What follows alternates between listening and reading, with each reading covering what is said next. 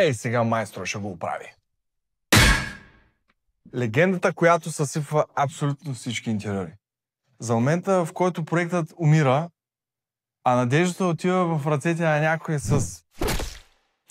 дори с флекс и с още по-голямо самочувствие. Какво може да се обърка, ако разчиташ на майстора да го измисли на място? За мен абсолютно всичко. Това е епизод за хаоса след идеята, че майсторът е професионалистът на обекта и знае какво прави. В този момент дизайнът приключва.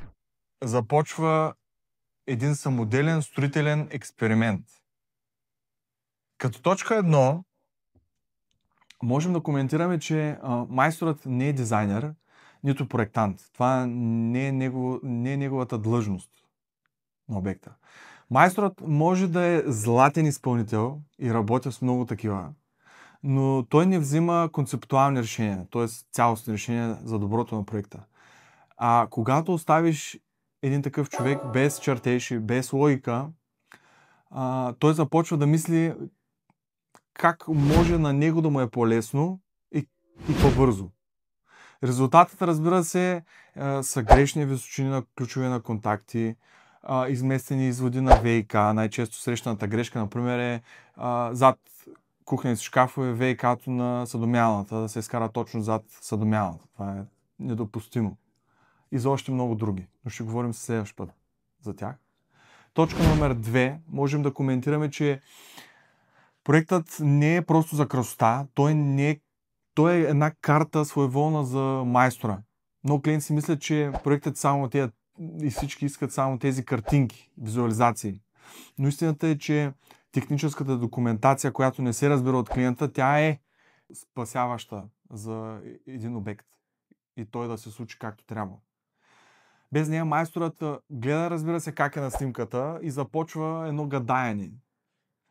Един ред по-нагоре, една стена по-малко. Накрая резултатът естествено не е вау. Като точка номер 3, майсторът не оправя, той крие. Какво искам да кажа с това? Че като изпълнител и на мебели мога да потвърдя, че майсторът доста често казва мебелистът ще го скрие. Или тук има шкаф, няма нужда да е прецизно шпакловано, боядисано, дори няма смисъл и да се изкопаят кабелите. Може така да си ги оставим. Това хич не е окей.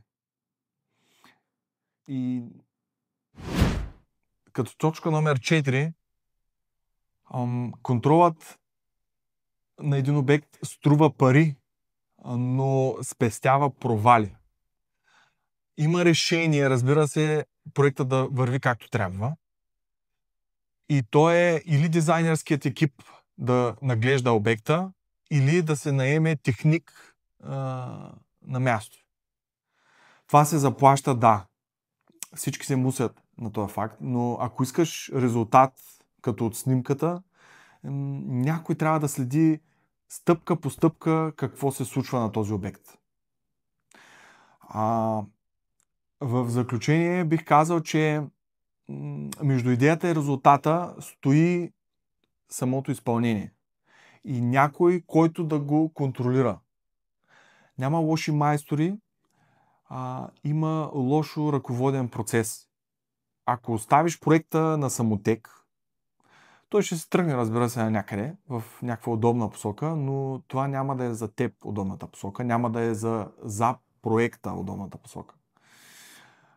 Това ще е удобната посока на този, дето държи.